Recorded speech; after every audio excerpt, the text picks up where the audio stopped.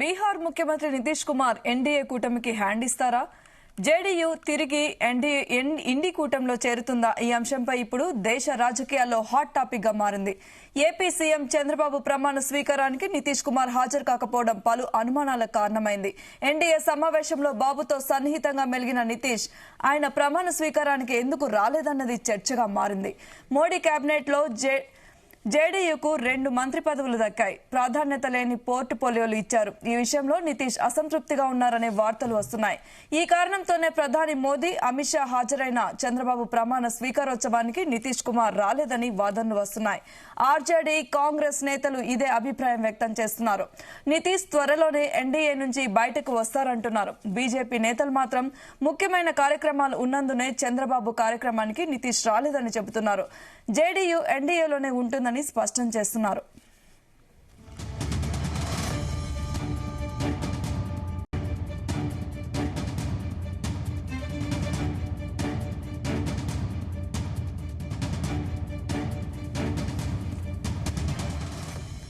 ఇక ఇదే అంశంపై మరిన్ని వివరాలు మా ప్రతినిధి బ్యూరో చీఫ్ నరేందర్ అందిస్తారు. నరేందర్, చెప్పండి. నితీష్ కుమార్ ఎన్డీఏ కూటమికి హ్యాండ్ ఇస్తారని ఊహాగానాలు వస్తున్నాయి. మరి ఈ విషయం మీద డీటెయిల్స్ ఏంటి?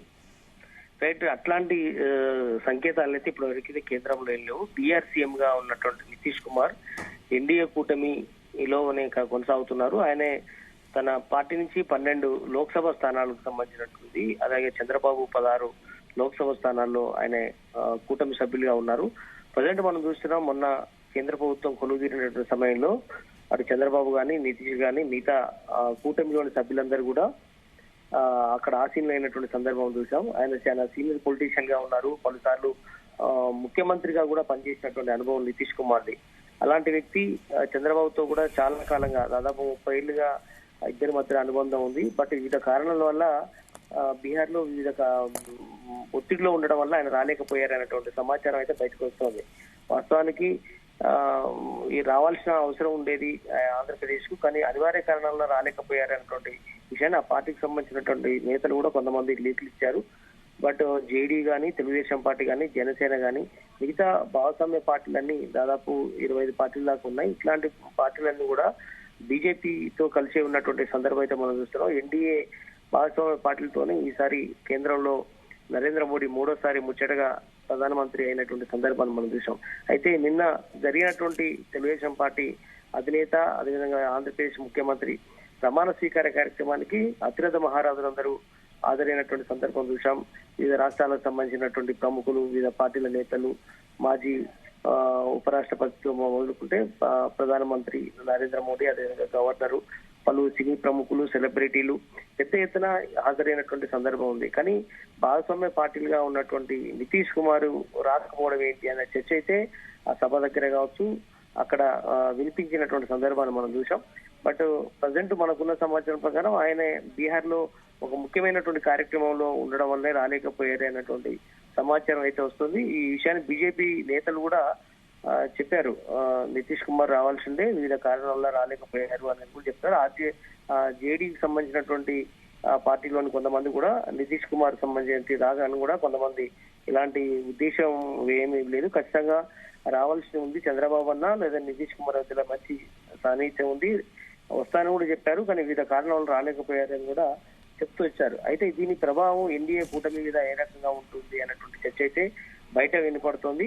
కానీ ప్రస్తుతానికైతే అలాంటి డోకా ఏం లేదని కూడా మనకున్న సమాచారం. ఎందుకంటే నితీష్ కుమార్ గాని, టీడీపీ గాని, జనసేన గాని వీళ్ళందరూ కూడా కేంద్ర మంత్రివర్గంలో మంత్రులుగా తీసుకున్న వారే ఉన్నారు. మోడీ కేబినెట్ లో కీలకంగా వ్యవహరిస్తున్నటువంటి సందర్భంలో ఎక్కడ ఎలాంటి పొరపచ్చాలు అయితే లేకుండానే ఉన్నారన్నటువంటి సమాచారం అయితే ప్రజెంట్ ఉంది.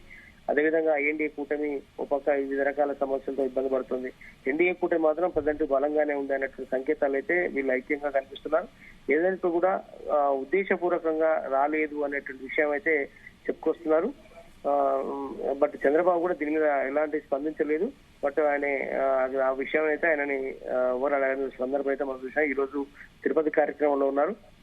ఏదైనప్పుడు కూడా ప్రజెంట్ అయితే అంతా ఎన్డీఏ కూటమిలోనే ఉన్నారు, ఇలాంటి పొరపచ్చాలు అనేటువంటి సంకేతాలు అయితే ఇస్తున్నటువంటి సందర్భాలు అయితే మనం చూస్తున్నాం.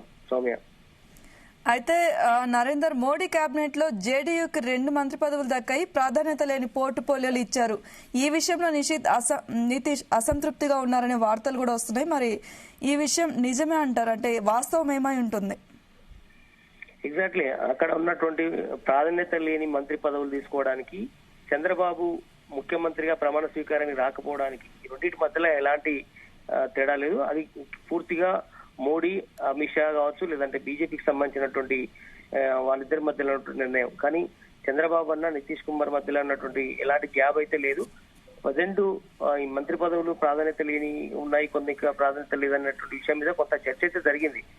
బట్ కొంత బీజేపీ ప్రజెంట్ నుంచి ఉన్నటువంటి సీనియర్ లీడర్కి మాత్రమే కీలకమైనటువంటి శాఖలు అప్పగించినటువంటి సందర్భాలు మనం చూసాం. మిగతా అప్రధానిత ఉన్నటువంటి శాఖలు భాగస్వామ్య పార్టీలకు ఇచ్చారు అన్నటువంటి ఆరోపణలు అయితే వచ్చాయి. కానీ దానికి మనం ముడిపెట్టడానికి ఏం లేదనేటువంటి సంకేతాలు తెలుస్తున్నాయి. ఇదే చంద్రబాబు దగ్గరుండి పిలిచారు, మొన్న ఢిల్లీలో కూడా ఖచ్చితంగా రావాలని ఇన్విటేషన్ ఇచ్చారు. అదే సమయంలో ఆ పార్టీకి సంబంధించినటువంటి ముఖ్యులు కూడా ఇన్విటేషన్ చేశారు. అయితే ఆయన కేవలం వివిధ రకాల ప్రభుత్వ కార్యక్రమాల్లో భాగంగానే అక్కడ రాలేకపోయారు, ఆ బిజీలో పడి ఇక్కడికి రాలేకపోయారు అనే చర్చ అయితే జరుగుతోంది. వాస్తవానికి రావాల్సి ఉంది, ఆ పార్టీకి సంబంధించిన నేతలు కూడా వస్తారని కూడా చెప్పారు. కానీ ఎందుకోసం రాలేదు అనే విషయం మనకు పూర్తి స్థాయిలో తెలియాల్సిన అవసరం ఉంది. Okay, thank you Narender.